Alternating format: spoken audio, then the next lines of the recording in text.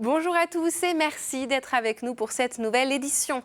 Dans l'actualité, ce mardi, la grippe qui touche de plus en plus de personnes dans la région. Le pic de l'épidémie devrait être atteint dans les prochains jours. Le premier réflexe, c'est d'abord d'aller voir son médecin traitant. Le tracé du Tour de Bretagne 2018 a été dévoilé ce mardi à Rennes. La 52e édition partira de Loire-Atlantique pour rejoindre Dinan. Le descriptif dans ce journal. Et puis à Pleumeur, les routes sont scrutées par des caméras disposées sur les voitures des postiers. Objectif, détecter les nids de poules et autres dégradations des voies. Le marinarium de Concarneau a proposé une visite unique ce week-end. Des personnes malvoyantes ont pu toucher les poissons et les crustacés pour découvrir le milieu marin. Voilà pour les titres de cette édition et bienvenue à tous dans ce journal du mardi 9 janvier 2018.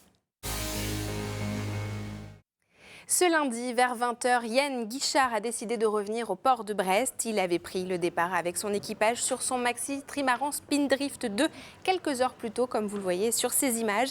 Il souhaitait établir un nouveau record du trophée Jules Verne détenu par Francis Joyon. La fenêtre météo n'était finalement pas assez favorable. Une autre opportunité pourrait se présenter le 12 janvier. Dans l'actualité également, l'épidémie de grippe qui s'étend depuis plus de 3 semaines sur la région. Le pic devrait être atteint d'ici plusieurs jours. Et parmi les conseils de l'Agence régionale de santé, n'allez pas aux urgences, mais plutôt chez votre médecin traitant. Et pour la vaccination, il est encore temps d'y penser. Philippe Berthoud nous en dit plus. Vous êtes vacciné, vous ? Oui, je suis vacciné. En Bretagne, l'épidémie de grippe devrait atteindre son paroxysme dans les prochains jours. Elle représente déjà 500 cas pour 100 000 habitants.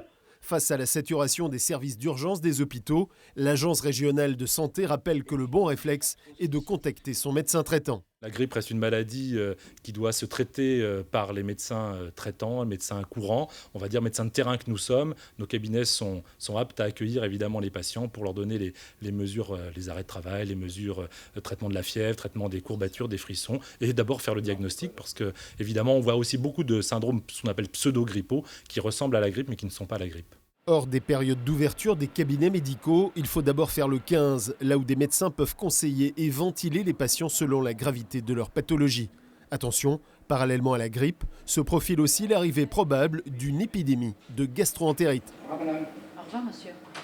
Un mot de sport et la 52e édition du Tour de Bretagne partira le 25 avril de Loire-Atlantique et s'achèvera le 1er mai à Dinan. Entre-temps, des étapes dans tous les départements de la région. Le tracé complet a été dévoilé à Rennes ce mardi. Regardez le reportage de TVR 35. Les organisateurs du 52e Tour de Bretagne cycliste ont dévoilé ce mardi matin le parcours de l'édition 2018 qui partira des Pays de la Loire avant de s'arrêter longuement dans le Morbihan puis de prendre la direction du Finistère et des Côtes-d'Armor. Il faudra attendre la 6e étape entre Plancoët et Dol-de-Bretagne pour voir le peloton en Ille-et-Vilaine avant l'ultime étape entre Saint-Potent et Dinan et un passage somptueux au Cap Fréhel pour connaître le vainqueur de cette édition. Un parcours qui ravit Bernard Hinault. C'est toujours une excitation parce que moi, avec Christophe, il m'avait parlé un petit peu des villes, mais il ne m'avait pas parlé du parcours. Et quand on découvre le parcours, comme tout à l'heure, quand on voit toutes les collines et tout, on se dit « oulala, ça va être du beau monde qui va gagner là, ça va être dur ». Le fait que ce ne soit pas avec le haut du pavé du cyclisme, c'est la 3e division, l'équivalent de la 3e division, il y a vraiment de la course, ils ne se posent pas la question. Ce n'est pas les équipes de 8, c'est les équipes de 6. Et ça la rend passionnante. Peut-être un peu moins maintenant, mais avant, il y avait des courses. Ou dans le village d'à côté, il y avait des courses et les gens ont été marqués par ça. Et c'est un beau spectacle en plus. On passe dans certains petits lieux-dits qui n'ont jamais rien qui passe chez eux. D'un seul coup, ils voient des motos, des coureurs, des voitures, tout un spectacle qui est gratuit. Et ça compte beaucoup, quoi. Le Tour de Bretagne s'élancera le 25 avril prochain de Châteaubriand. Les policiers sont en colère et se mobilisent après l'agression de plusieurs de leurs collègues en région parisienne pendant les vacances. Des mobilisations ont eu lieu ce mardi midi. Benjamin Bréant.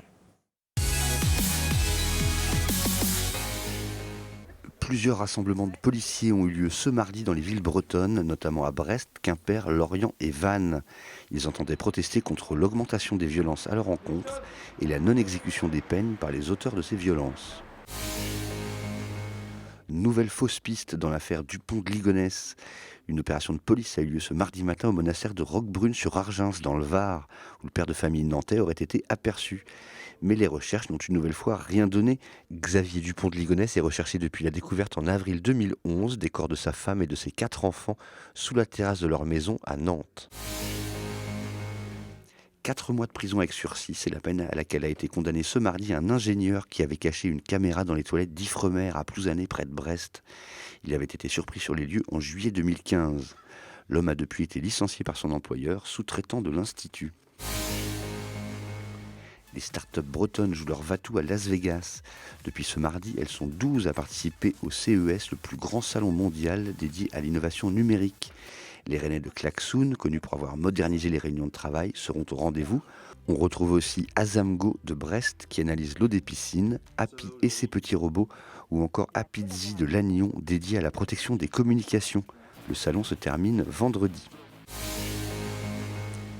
Enfin, PSG Guingamp au Parc des Princes, mais aussi Granville-Concarneau, Saint-Brieuc-Lens, Montpellier-Lorient et Nantes-Auxerre. Le tirage au sort des 16e de finale de la Coupe de France de football a eu lieu ce lundi soir. Tirage difficile donc pour les costarmoricains face à l'épouvantail du foot pro. Le président de Guingamp, Bertrand Desplat, parle d'ailleurs de matchs perdus d'avance. Ce sera difficile aussi pour Saint-Brieuc, 2 divisions en dessous de son adversaire désigné. Les autres rencontres s'annoncent a priori plus équilibrées.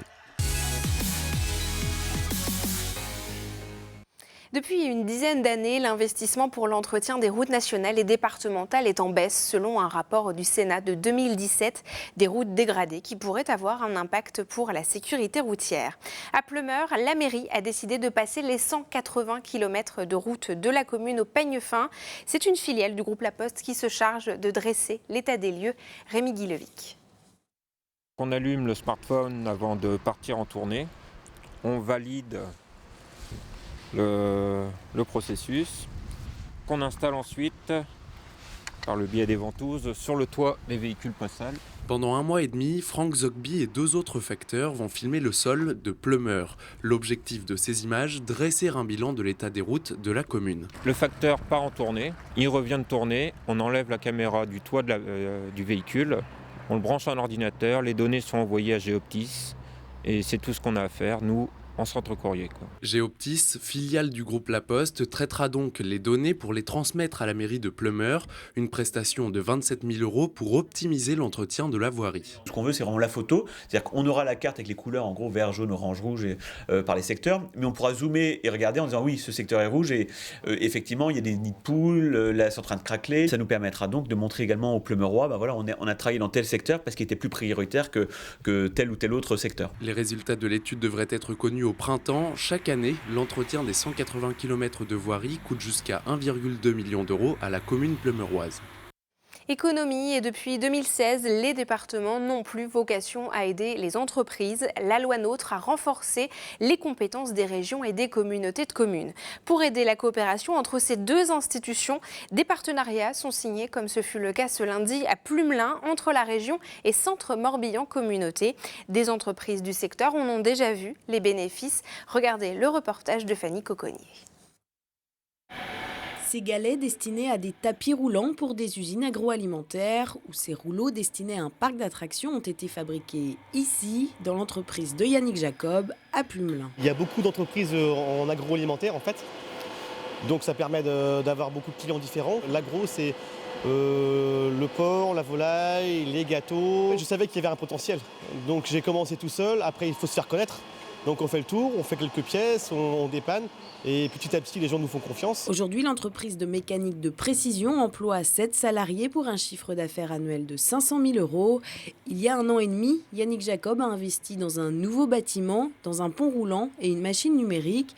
Plus de 450 000 € d'investissement. La région l'a accompagné à hauteur de 24 000 €. Et nous, notre responsabilité, le Conseil régional de Bretagne, les EPCI, c'est justement lorsqu'un entrepreneur a une initiative telle qu'ici, d'être agile, d'être réactif, d'être vraiment tout de suite à l'offensive pour l'accompagner. Ici, on n'a pas le droit à l'erreur. Et la région, elle doit être en phase avec les réalités. C'est pour ça que ce mariage région-EPCI, il est important, parce qu'on a l'agilité du territoire qui permet à la région tout de suite d'être réactif pour venir accompagner un projet entreprise. Un accompagnement qui, grâce à cette charte, s'engage à respecter au plus près les besoins besoins spécifiques de chaque territoire. C'était peut-être une faiblesse pour notre territoire de n'avoir que un développement majoritaire sur l'agroalimentaire. Aujourd'hui, on a besoin de tertiaires, on a besoin d'installations de services. Yannick Jacob espère, lui, l'an prochain, créer un nouvel emploi.